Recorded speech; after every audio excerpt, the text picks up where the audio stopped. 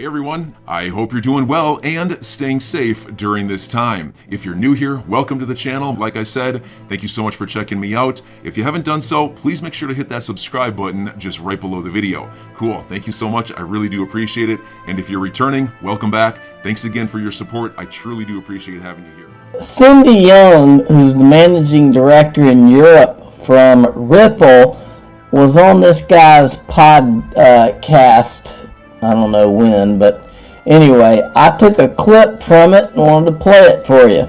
The name Ripple, they might think of the lawsuit with SEC, and when others just hear the word crypto, they'll think about governments and everywhere from Russia to the US clamping down. And I know you can't comment too much on some of this, but is there anything you can say about it and the impact that the uncertainty is having across that industry?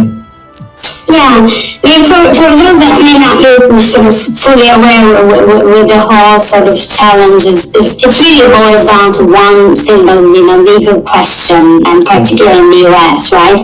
And that question is whether or not XRP, the digital asset, is an investment contract under the US securities law. XRP is a currency. A lot of the major branches of the US government have already determined that to be the case.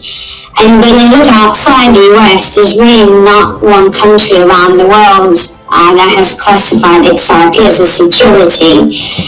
So, I mean, SEC is at the moment pursuing essentially this approach of regulation by enforcement, where a lot of other places, like UK and Europe, where we see more regulation, more progressive regulation that is about developing clear laws, rules, frameworks to allow innovation to happen. And this lack of regulatory clarity essentially is hindering innovation and growth, honestly, across the US, and we need more and more of that clarity, which like we have in other parts of the world. Alright, so there's that. Now, I like this. This guy says, why I keep $0 in my bank account.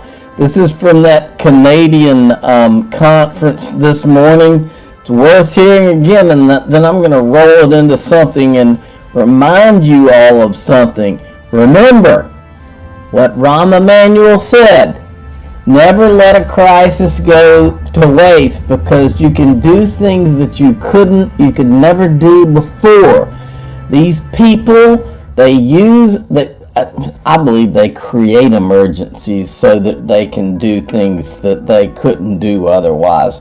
But they use emergencies to do whatever they want to do. Nothing is sacred, folks. Once we had the bailouts of 2008, 2009, that was your clue. Nothing is sacred. Really, once we had gold confiscation in 1933, that's when you should have known they can do anything they want to do, folks. So if they don't, your only solution is if they don't know about it. Listen to this. The government is issuing an order with immediate effect under the Emergencies Act, authorizing Canadian financial institutions to temporarily cease providing financial services where the institution suspects that an account is being used to further the illegal blockades and occupations. This order covers both personal and corporate accounts. Third, we are directing Canadian financial institutions to review their relationships with anyone involved in the illegal blockades and report to the RCMP or CSIS. As of today, a bank or other financial service provider will be able to immediately freeze or suspend an account without a court order. The government... That right there is downright scary, and I think this guy pegs it. DJ Peter Voss, this is true. The money in your bank account is one state emergency away from being the government's money.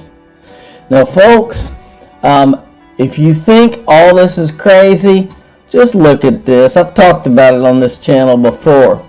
On March, this is the Cypriot financial crisis. On 25th of March 2013, a $10 billion international bailout by the Eurogroup, Euro Commission, European Central Bank, and International Monetary Fund was announced in return for Cyprus agreeing to close the country's second largest bank.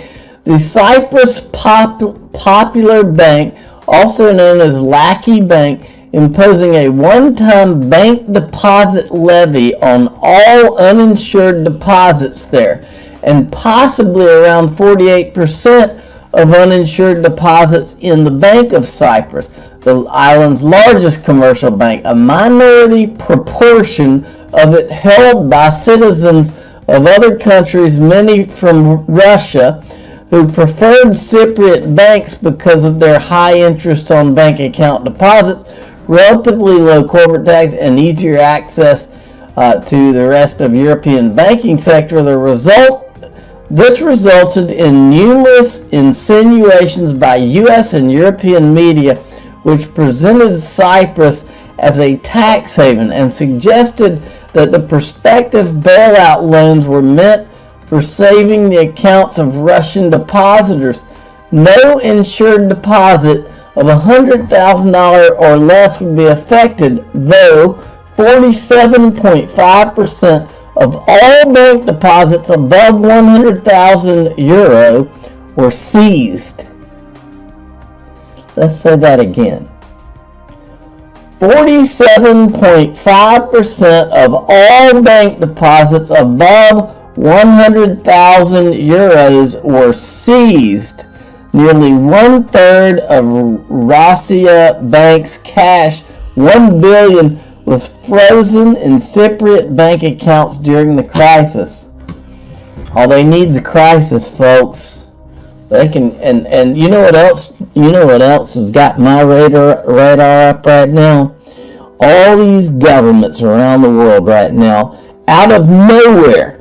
Oh, well, there's going to be the next pandemic's going to be a cyber pandemic, and it's going to be worse. Almost like they're prepping us for some type of cyber attack that just knocks everything out. In other words, oh, your money's gone? Well, that's what it makes me think. Your money's gone. Sorry, they attacked us. Whatever. I'm not taking my chances on that. That's why I'm always talking about Ledger NOS and all kinds of different things. Now, the court case could make XRP, the SEC versus Ripple case, could make XRP the only crypto asset with regulatory clarity in the United States. Something I forgot to mention, folks. I believe this Cyprus thing was a test run on bail-ins.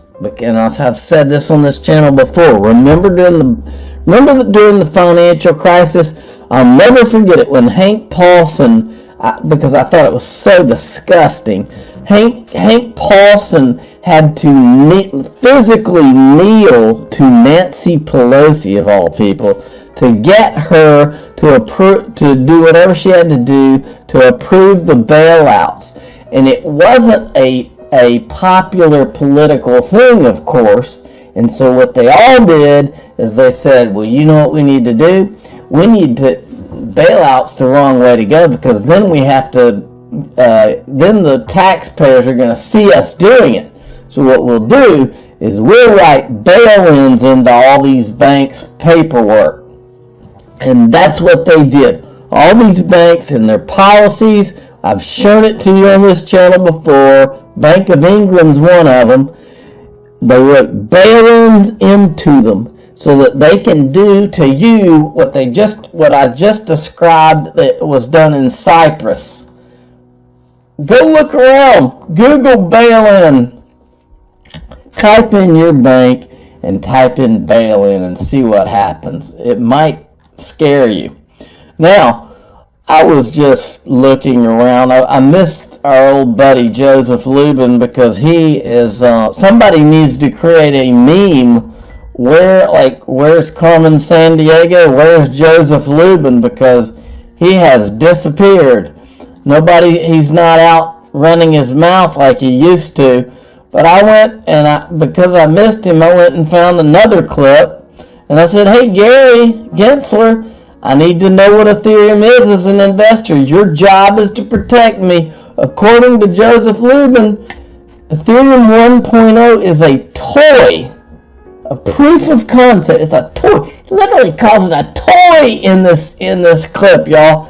Listen to this. And I think the narrative around Ethereum has evolved so much more dramatically, and I think we knew from the start that we were essentially building an incredibly complicated machine, but the result ultimately really a toy, a proof of concept. Ethereum 1.0, a very sophisticated proof of concept that would enable us to understand what decentralized applications are, and I think So, Bill Hinman declared a toy a commodity. Okay? Let that sink in. John Deaton had a great thread here. I'm not going to go through the whole thing. I just wanted to read a couple of parts of it, but it's worth you going through. I just wanted to bring it to your attention. I missed it from yesterday. It's for non-XRP holders, and he kind of goes through. He says, before you celebrate or ignore the significant implications of the lawsuit, and he talks about DVS and he basically goes through and talks about what's going on with XRP around the world and how this is just a USA thing, more or less. But you need to go read that. It's a good thread. JP Morgan says the metaverse is a $1 trillion per year market opportunity, folks. You think they know something? I think they know a lot. Today, Liz Clayman's going to have Gary Gensler on at 3 p.m. Eastern Time. Here's my thoughts on that. My thoughts are this. Gary has avoided Fox News because, remember, Fox News, Fox Business is where Charles Gasparino, Charles Gasparino and Eleanor Terrett have been the only people in traditional financial media besides Rosalind Layton on Forbes. They've been the only people who have touched the Gary Gensler, Jay Clayton, Bill Hinman saga at all. Okay? They've been the only ones. So you have to ask, and Liz Clayman is the show that's been letting Charles Gasparino on to talk about it. So you have to ask yourself the question. Gary Gensler has done nothing but what everybody else does that wants to avoid being asked real questions. He has avoided Fox News like the plague. You have to ask yourself the question, why is he comfortable going on there now? That's what I want to know. Is it possible? I'm not saying that that's what this is. Is it possible that a settlement has already been reached with Ripple in this SEC case? Because now he seems to think he can go on there without fear. Because trust you me, he feared it before. Now, she says he's going to, maybe he's going to talk about what I think to be a diversion. Alert, SEC sniffing around trades Goldman Sachs and Morgan Stanley made and whether they tipped off hedge funds in advance who then maybe shorted the stocks. Now remember, these are Gary's buddies. He was at Goldman Sachs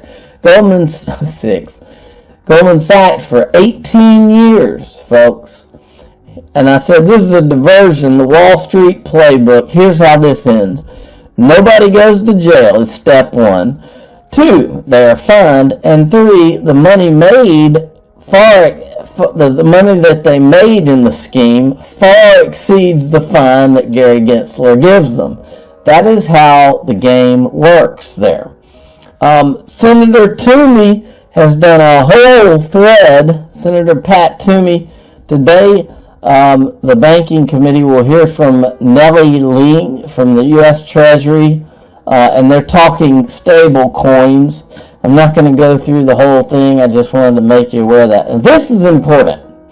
Watch this, and I'll try not to play the whole thing. I do want you to watch 2 minutes of it because it's important. If you haven't listened to a word I've said today, listen to this. Fraudsters are targeting crypto accounts using technology designed to separate you from your money. Now, let me give you my thought before you watch the whole thing. My thought is, since we know CNBC carries the water of Wall Street and carries a narrative, I believe this is the second or third clip that I've seen them run where they're trying to tell horror stories about people getting in trouble on Coinbase, and that means one thing when I hear it. It means they want people to be scared of these crypto startups as far as investing in digital assets. And one fine day, they're going to have JP Morgan or Goldman Sachs or one of the people they're protecting on their show, and they're going to say, hey, guess what? Now you can invest in crypto safely. Goldman Sachs, JP Morgan, Morgan Stanley. Now you can do it safely because the Wall Street people, the people you've always been able to trust, are here, and you don't have to worry about people stealing your money and sending you texts and all the stuff anymore because they're not like those crypto startups. This is Wall Street. In a CNBC investigation, Eamon Javers unveils the crypto nightmare that all starts with a phone call. Dr. Anders Apgar and his wife were out to dinner in January with their children, and his phone just wouldn't stop buzzing. The voice message was alarming. Hello. Welcome to Coinbase Security Prevention Line. We have detected unauthorized activity. That caught his attention since he and his wife, who are both obstetricians, had more than $100,000 in Bitcoin invested through Coinbase, the country's largest crypto platform. Apgar had a bad feeling as soon as he answered. Something in the back of your head said didn't quite feel right. Correct. And it was just convincing enough. For an instant, he was convinced it was real. We have detected unauthorized activity. You failed login attempt in your account. This was requested from an Canada IP address. Is this not you? Please press 1. That says, to secure your account, hit 1. Yeah, so I hit 1. Yeah, and as I hit 1, the two-factor authentication came through, and I saw a text come through. And this is where, honestly, it gets hazy. Almost like when people say they were in a car accident, and I can't remember the details of what happened. And I looked at my wife and I said, something is wrong. And I said, let's try and get into it. I said, let's get to the account. And so when we opened the Coinbase app, we could no longer get into the account. How long was it from the time that two-factor authentication came in to the time that you checked the account? Maybe less than 2. Less than 2 minutes. So you tap something on your phone, and 2 minutes later, you're out of your account. Gone.